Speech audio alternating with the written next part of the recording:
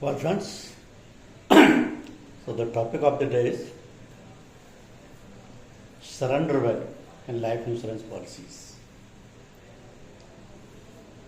Say, the latest master circular on life insurance by Insurance Regulatory and Development Authority says policyholders existing endowment or guaranteed return life insurance policies can do so at highly improved rates compared to earlier. After improving PED waiting period, moratorium period, and accessibility for seniors in health insurance, the insurance regulator has turned its gaze on life insurance and addresses the most pressing needs for policyholders. The earlier regime fully incorporated the surrender in surrender values. For life insurance products like endowment and guaranteed returns are long-term commitments.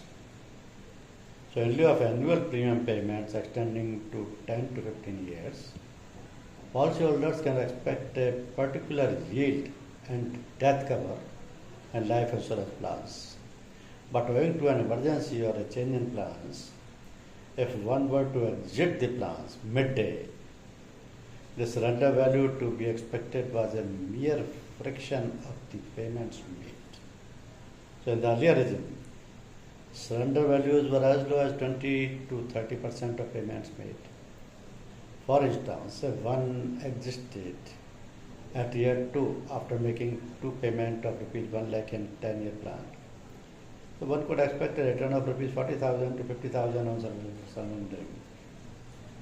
So a recent draft notification in March 2024 also suggested surrender value of 35% in year 1 to 50% from 4th year onward, which was not implemented then. But in the master circular released in June 2024, RDI has stipulated much more beneficial rates on surrendering policies. Policyholders can now expect 60 to 80% recovery of premiums paid in the first year itself. So adjusted for the death cover that must be accounted for, this makes surrender values almost break even for policyholders without a financial penalty imposed, as was the case earlier. The RDI Master Circular states that the surrender value should be at least equal to the expected present value of the paid up sum assured or paid up future benefits. So the discounting rate to bring it to the present value also has been specified, not more than the prevailing yield on 10-year GSEC plus a spread not exceeding 50 basis points. So this is explained with an illustration here. Say, for example, assume a life insurance policy was purchased with rupees 1 lakh, annual premium and premium paying term of 10 years. So at the end of the term, the policyholder was guaranteed a return of 6.25% yield and a life cover of rupees 10 lakh.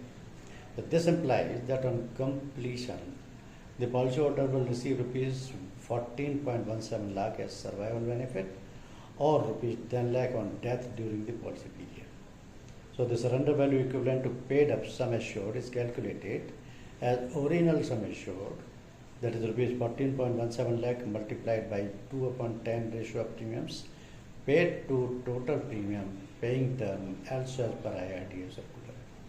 So the survival benefit accounts for underwriting the life cover and hence is not expected to be adjusted again for surrender values. So this implies that the 2 upon 10th of the rupees 14.17 lakh to be paid in 10th year is paid in the current year by discounting it to at 6.97% plus 50 BPS for the remaining 8 years.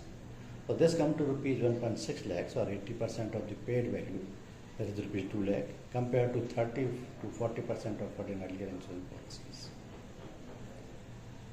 Now, surrender value changes are a welcome move by IRDA It benefits policyholders who are unable to continue with the policy for various reasons. Life insurance offers good return and protection, so the returns are tax-free if the annual premiums are less than rupees 5 lakh. So the changes to surrender value further improve the attractiveness of the instrument by allowing a degree of flexibility in committing to the policy.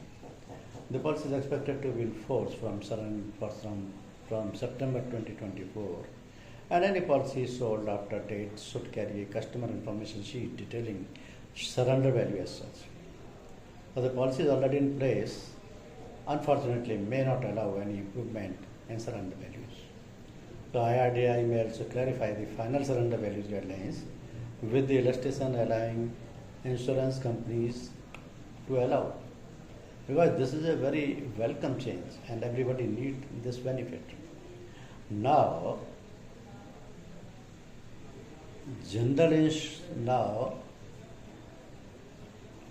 see the multiple layers with insurers to mitigate higher surrender values. Insurance companies are likely to offset the impact of increased surrender value by changing commission structures and revising the internal rate of returns. So according to research, the impact of this enhanced surrender value on certain paribus, or you can say categories paribus, is going to be material on non-par saving products.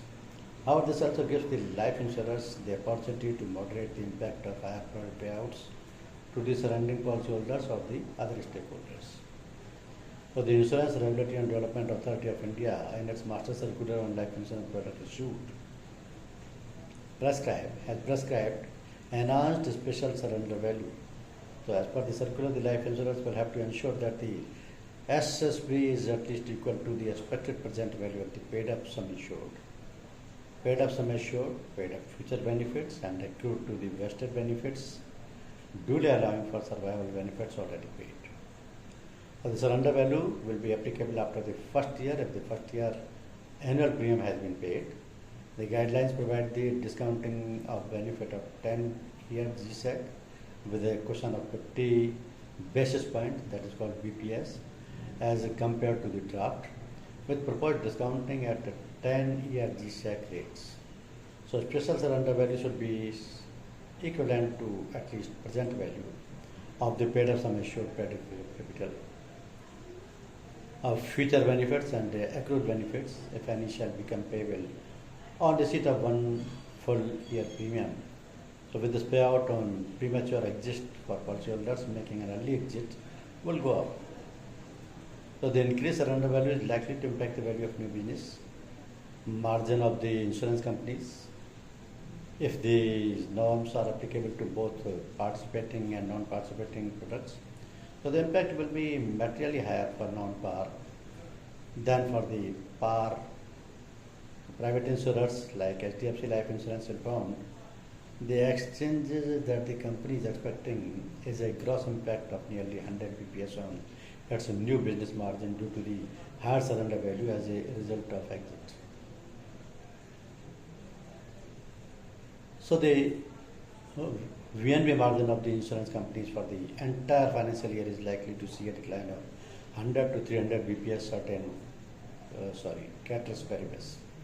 So as the surrender value comes into effect from the second half of FY25, the half year impact is likely to be around 100 to 125 bps.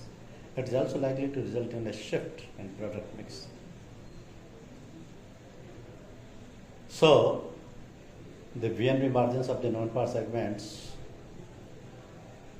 will also be seen now in future.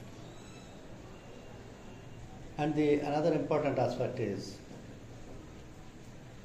that the surrender income of the life insurance companies is to decline by about 55 to 70% as a result of the norms. So the insurance companies, however, have multiple options available to minimize the impact, like reducing the guaranteed rates for the prescribed policyholders, moving to trail-based commission payouts, or introducing the clawback provisions on the first year higher commission in case of early surrender. So the measures are likely to help the companies limit the net impact to 40 to 120 bps from 6 to 8 percentage points impact on gross margin due to the higher surrender value as per Jeffrey's estimates. So this is good in the interest of policyholders. Thank you. Thank you very much.